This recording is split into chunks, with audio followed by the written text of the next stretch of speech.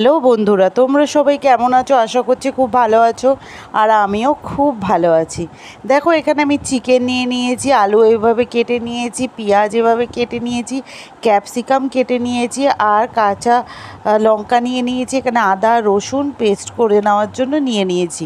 দেখো, এখানে আমি সামান্য পরিমাণে আমি তেল দিয়েছি। তেলে আমি কিন্তু চিকেনগুলো একটু ভেজে নিচ্ছি। আর পেস্টের জন্য তো দেখেইছো, আদা রসুন আর জিরে সামান্য পরিমাণে নিয়েছি।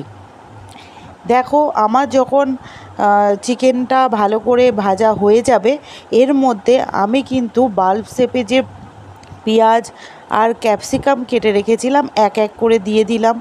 এরপরে কিন্তু আমি আলুগুলোও দিয়ে দিলাম।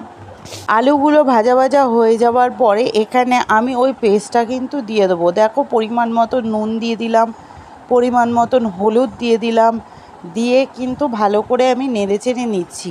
এবার তোমরা অনেকেই বলবে, এ আবার কেমন ধরনের চিকেন? হ্যাঁ, দেখো বন্ধুরা, দেখো কালো নুন হলুদ দেওয়ার জন্য কত সুন্দর কালারটা হয়ে গেছে। আর চিকেন থেকে যেহেতু নিজস্ব জল বেরোয়, সেই জলেই কিন্তু আমি চিকেনটা প্রথমে রান্না করছি আর ভালো করে কষিয়ে নিচ্ছি। তারপরে আমি পরিমাণ মতন জল দিলাম। জলটা কিন্তু খুব একটা বেশি দিইনি, দেখো, কেননা আমি এটাতে বেশি ঝোল রাখতে চাইনি, কারণ তেল মশলা নায়ের পরিমাণেই ছিল, তোমরা সেটা দেখেছো।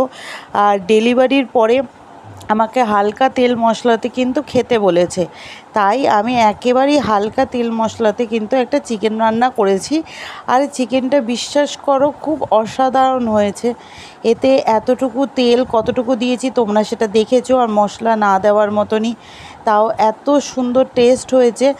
এরকমভাবে যদি রান্না করা যায়, যারা তেল ঝাল মশলা বেশি খেতে পারবে না, ডক্টরদের বারণ আছে, তারা কিন্তু অতি অবশ্যই এইভাবে চিকেন রান্না করে খেতে পারো। অনেক ধরনের চিকেন স্যুপ হয়, এইটাও কিন্তু তোমরা করে খেতে পারো, খুব ভালো লাগবে। দেখো বন্ধুরা, আমার বর এসেছিল সেদিনকে, জামাই ষষ্ঠী ছিল, অনেক পদের রান্না করেছে, চিকেনটা তাকে দিয়েছি। আমার বর তেল ঝাল মশলা বেশি খায় না। দেখো, আমার মা আশীর্বাদ করছে আর প্রণাম করে নিল। খুবই অল্প পরিমাণে আয়োজন করে উঠতে পেরেছি, কেননা ডেলিভারির জন্য আমার মায়ের আমার পিছনে অনেক খাটতে হয়, আর মা পেরে উঠতে পারেনি। আর দেখো, মা আর আমার সবাই মিলে ওকে পাঞ্জাবিটা দিয়েছি, আর মেয়ের নামে উজ্জয়িনীর নাম লিখে আমি এই ডিজাইনটা করে ওকে দিয়েছি। ও খুব খুশি হয়েছে মেয়ের নাম দেখে।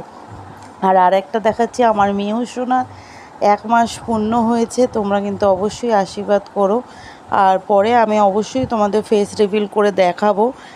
আর বন্ধুরা, তোমাদেরকে আরও একটা জিনিস দেখাতে চাই। দেখো, তোমরা যারা আমার ভিডিও দেখো তারা অবশ্যই জানো